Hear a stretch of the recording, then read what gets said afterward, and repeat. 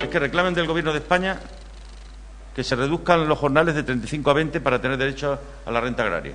Algo tan sencillo como esto en un año de sequía como el que hemos tenido. Que se incrementen los fondos de la EPSA y que recuperen las aportaciones que la Junta de Extremadura hacía antes a la EPSA. No le pido más, solo que recuperen las que hacía antes.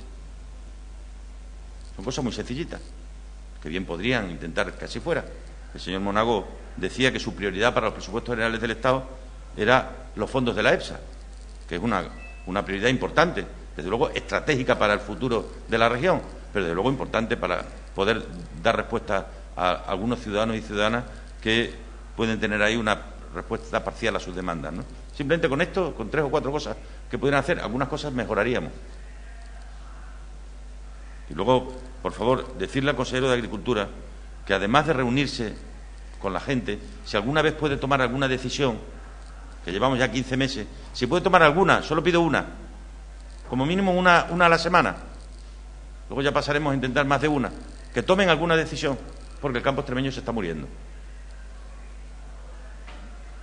Y está mal que lo permitan algunos que dicen que el futuro de Extremadura depende casi en exclusiva del campo. Anda, que si no llega a depender...